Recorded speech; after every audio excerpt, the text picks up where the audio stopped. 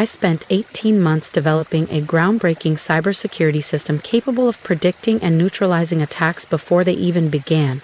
TitanTech seemed like the perfect place to bring it to life. Well-funded, innovative, and equipped with all the resources I needed. But what I didn't realize was that CEO Brandon Holt had a very different plan. Wait until my project was nearly complete, then steal it. My name is Maya Lin, and until yesterday I was the lead AI architect at TitanTech. I had left a stable, high-paying job at Microsoft to join this promising startup, bringing with me years of expertise and an idea I believed could revolutionize the cybersecurity industry. My creation, Sentinel Shield, was named after the ever-vigilant guardians in mythology. It could identify attack patterns before they fully materialized, generating adaptive defenses in real time. For a year and a half, I poured everything into this project, working 80-hour weeks to build Sentinel Shield from the ground up. Brandon would occasionally stop by my lab, making small talk, reviewing progress reports, and flashing that signature corporate smile, the kind that never quite reached his eyes. "Brilliant work, Maya," he'd say. "The board is ecstatic about your progress." 3 days ago, I reached a critical milestone. Sentinel Shield successfully intercepted and neutralized a highly sophisticated cyber attack simulation, all without human intervention. Not only did it work, but it exceeded expectations, identifying vulnerabilities I hadn't even explicitly programmed it to detect. The AI was learning, evolving. Excited by the breakthrough, I immediately scheduled a meeting with Brandon to present the results. His assistant Rachel squeezed me in for a brief 15-minute slot the next afternoon. When I arrived at his office, I found not just Brandon, but also the company's legal counsel, Andrea Fields, waiting for me. "Have a seat, Maya." Brandon gestured to the chair across from him, his expression unreadable. "Andrea's just here as a formality." Something in his tone made my stomach drop. I sat down, gripping my laptop, ready to showcase the demo. "Before we discuss Sentinel Shield," Brandon continued, sliding a document across the table, "we need to address some concerns about your employment agreement." Andrea cleared her throat, her voice devoid of emotion. "Section 14.3 of your contract states that any intellectual property developed using company resources belongs exclusively to TitanTech." I nodded, already anticipating where this was going. "I'm aware of standard IP clauses, but Sentinel Shield was conceptualized long before I joined TitanTech. I have documentation proving that." Andrea barely blinked. "While you may have had a basic idea, the fully functional system was developed here, on TitanTech's time, using TitanTech's resources." Brandon leaned forward, the pretense of friendliness dropping. "Let's be honest, Maya. Sentinel Shield belongs to TitanTech. The board believes your compensation package is more than fair for your contribution." I frowned. "Compensation package?" He gave a thin smile. "Your contract includes a success bonus. You'll receive a one-time payment of $300,000 once Sentinel Shield launches. That's more than generous by industry standards." The words hit me like a punch. $300,000 for a system that would be worth billions, for 18 months of relentless work, for my research, my innovation. Brandon, oblivious to my growing fury, continued. "Tomorrow, I'll be presenting Sentinel Shield to our biggest investors. We expect to secure an additional $75 million in funding. After that, we'll officially announce TitanTech's groundbreaking new cybersecurity solution." I stared at him, my hands tightening into fists. "You're firing me." Andrea sighed. "We're transitioning you out, effective immediately. Of course, with your bonus. Congratulations, Maya." Brandon smirked, a predator who had cornered his prey. "Your employment is officially terminated." But what he didn't realize was that I had anticipated this betrayal. And Sentinel Shield? Let's just say I had coded in a little surprise. The legal team confirmed its Sentinel Shield belonged to TitanTech under my contract. I should have fought back, threatened legal action, caused a scene. But instead a strange calm settled over me. They expected resistance. They were prepared for it. What they didn't know was that I was prepared, too. 6 months ago, I discovered that Brandon had accessed my secure development server after hours. Nothing had been taken, but the intrusion set off an alert I had embedded in the system. From that moment, I began building safeguards. Not just to protect Sentinel Shield from external threats, but from internal ones too.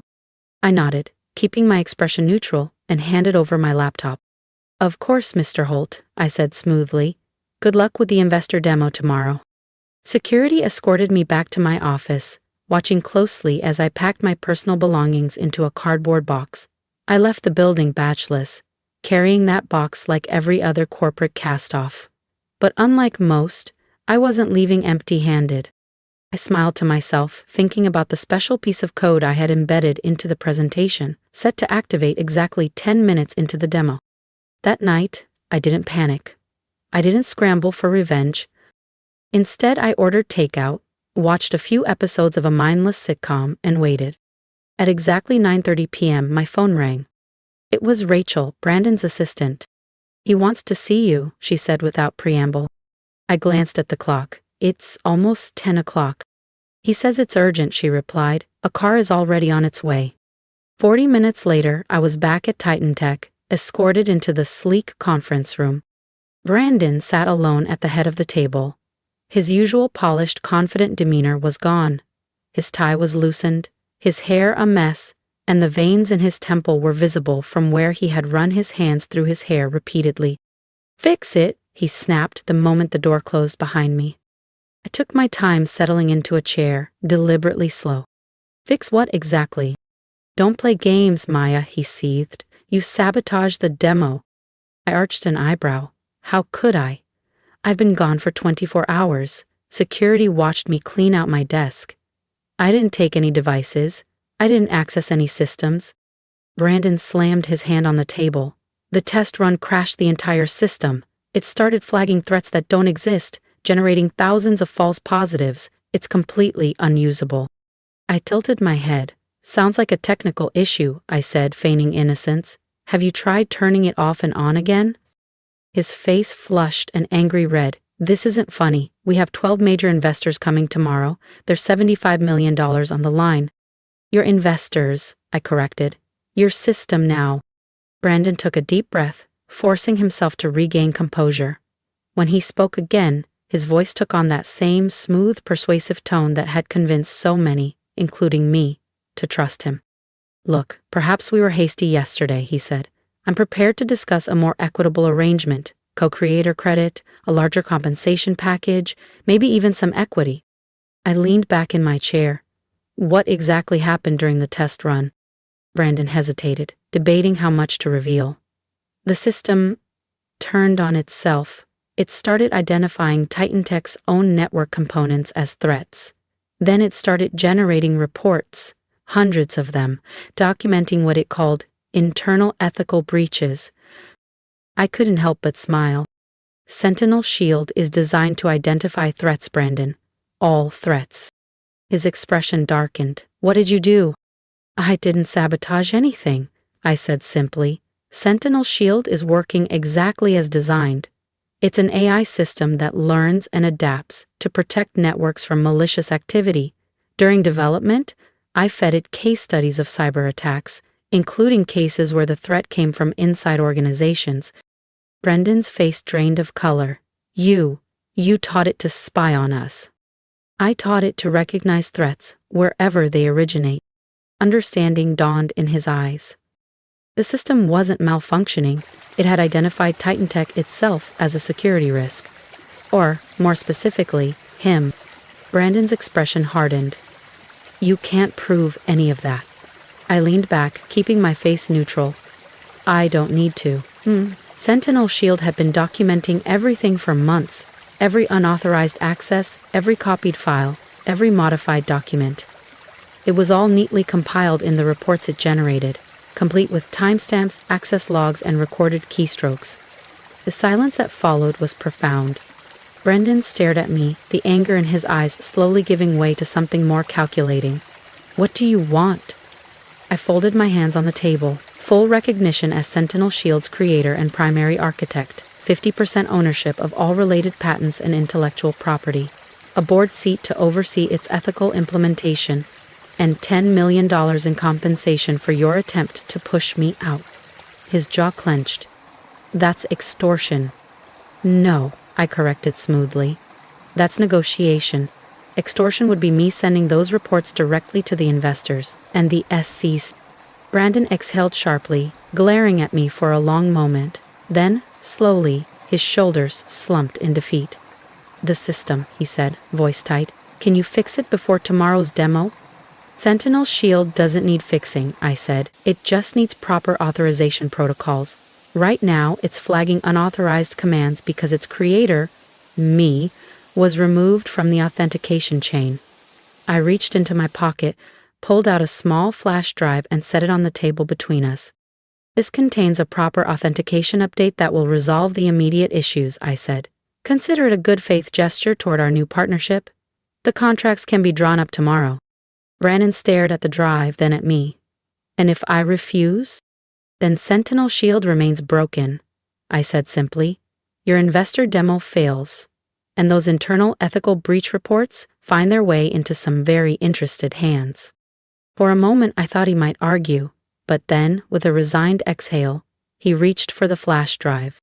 You planned this all along, he muttered. I smiled. No, I corrected. I hoped it wouldn't be necessary. But after finding you in my secure server 6 months ago, I built in protections, for the system, and for myself. His eyes narrowed. How did you know I'd try to cut you out? I stood, picking up my bag. I didn't, I admitted. But Sentinel Shield is designed to recognize patterns and predict threats before they materialize. I gave him a pointed look. I guess some of that rubbed off on its creator. The next morning, I arrived at TitanTech as the newly appointed co-founder and chief technology officer. Brandon introduced me to the investors with a smile that never quite reached his eyes. The demo proceeded flawlessly. Sentinel Shield neutralized every simulated attack thrown at it with elegant precision. One investor, clearly impressed, turned to Brandon with an eager question. Amazing system, what inspired its development? Brandon hesitated just long enough for me to enjoy the moment. Then, with barely concealed reluctance, he answered. It was actually Maya's brainchild, her vision from the beginning. TitanTech just provided the environment for that vision to flourish. I smiled, stepping in to field technical questions. As I spoke, my phone buzzed with a notification. Sentinel Shield authentication restored. Threat neutralized. System integrity restored. Creator protections active. The AI was learning faster than I'd anticipated. It had recognized a threat, neutralized it, and safeguarded its future, just as designed. 3 months later, Sentinel Shield had its first commercial implementation, preventing a major cyber attack on a global banking network. The incident, which could have resulted in an estimated $340 million in damages, instead solidified Sentinel Shield as the gold standard in cybersecurity. Brandon and I maintained a professional relationship. He focused on business development, where his skills were genuinely valuable. I led technical innovation, where my expertise was irreplaceable. We were not friends, and we never would be. But we had reached an equilibrium that worked. Sometimes I wondered if I could have handled things differently, taken legal action, fought it out in court. But in the end, I had built something too powerful to be stolen. And I had ensured that no one, not even Brandon Holt, would ever control it without me. Brandon's attempted betrayal had revealed something far more important than just corporate greed. Technology is only as ethical as the people who control it. That realization became the foundation of how we now deploy Sentinel Shield. Every implementation includes robust ethical guardrails and transparency protocols to prevent misuse. The system doesn't just protect networks, it protects itself and its users from being exploited. Last week, as we celebrated Sentinel Shield's successful public offering, valuing the company at $4.2 billion, a young developer approached me at the event. What's the secret to building something so revolutionary, she asked, eyes filled with ambition. I smiled. It's not about the code, I told her. It's about understanding that the greatest security threats often come from where you least expect them. The real challenge wasn't just creating technology, it was ensuring it could adapt, evolve, and defend itself without compromising its core integrity. Build systems that can recognize threats, adapt to them, and neutralize them while maintaining their ethical foundation, I said. The developer nodded thoughtfully. I glanced at my phone, where a quiet notification from Sentinel Shield appeared. System integrity secured. Threat neutralized. Protections active. Just as it was designed to do. Just as its creator had learned to do. I want to hear from you. After everything I went through, after being betrayed, underestimated, and nearly erased from my own creation, I came out on the other side stronger, smarter, and in control of my own future. But I didn't do it alone. I had my experience, my instincts, and most importantly, the conviction to stand up for what was mine. So, tell me, what would you have done in my place? Would you have fought back legally, taken the company to court, or walked away and started over? Do you think I made the right call in turning the tables on Brandon and securing my place at TitanTech? Leave a comment. I want to hear your thoughts, your advice, and even your own experiences with workplace betrayals and standing up for yourself. But more than that, I want you to take something valuable from this story. If there's one lesson I've learned, it's this: you have to protect what you build. Whether it's your career, your ideas, or your personal boundaries, you are your own first line of defense. Never assume that others will act in good faith just because you do. Prepare for the worst, but position yourself for the best. Think about your own life. Are there places where you need to set boundaries, demand recognition, or protect your work? Maybe it's in your job, a personal relationship, or even a project you've poured your heart into. Whatever it is, don't let someone else take credit for what you built. So, here's my challenge to you. Stand up for yourself, share your thoughts, leave a comment, and let's start a conversation about protecting what's ours.